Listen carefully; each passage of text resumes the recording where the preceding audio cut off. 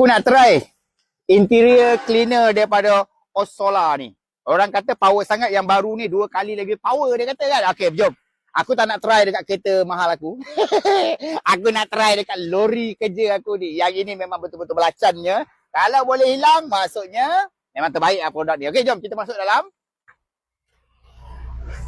Yang penting aircon sejuk. Yang penting aircon sejuk. Okey, alright. So kita nak mulakan dekat mana? Yang sini sebenarnya saya dah bersihkan. Okay, saya dah try dah. Sebenarnya jujur saya dah try, saya dah bersihkan. Sini pun saya dah try bersihkan, memang menjadi. So dekat sini pun tadi saya dah bersihkan, memang menjadi. Okey, tapi ini adalah konten yang ketiga. Untuk V-Farm punya konten. So jadinya saya nak buat dekat bahagian mana supaya korang boleh nampak dengan jelas. Okey, saya nak buat dekat bahagian sinilah, sini. Okey, bahagian sini boleh bahagian sini. Kita nak buat bahagian sini. Okey. Alright, so cara penggunaan dia simple je. Ini korang sembuh saja kat sini.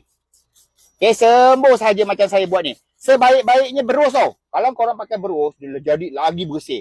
Okey, tapi aku malas bulan puasa. So aku sembuh saja. Sembuh pun dah keluar dah daki-daki hitam dia. Kau nampak tak daki hitam tu dah keluar ni?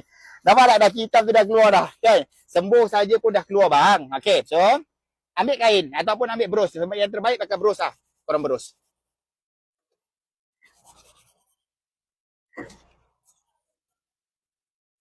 Dah, settle. Boleh ke? Boleh lah Boleh lah Bersih lah Bersih. Bersih lah. Nampak tak? Bersih tu. Beza sangat tu. Kan, senang tak kau nak gunakan interior cleaner ni? Senang kan? Gua sembuh kau gosok je terus bersih. Tapi kena rajin sikit lah. Nak bersihkan satu bumbung ni. Mau berpeluh juga. Sejadinya, yang ini aku dah try jadi bang. Ini barang jadi. Kau tengok hasil dia. Sikit saja saya sembuh dah terus bersih dah macam ni. So yang ini saya tak segan tak silu untuk saya recommendkan untuk korang.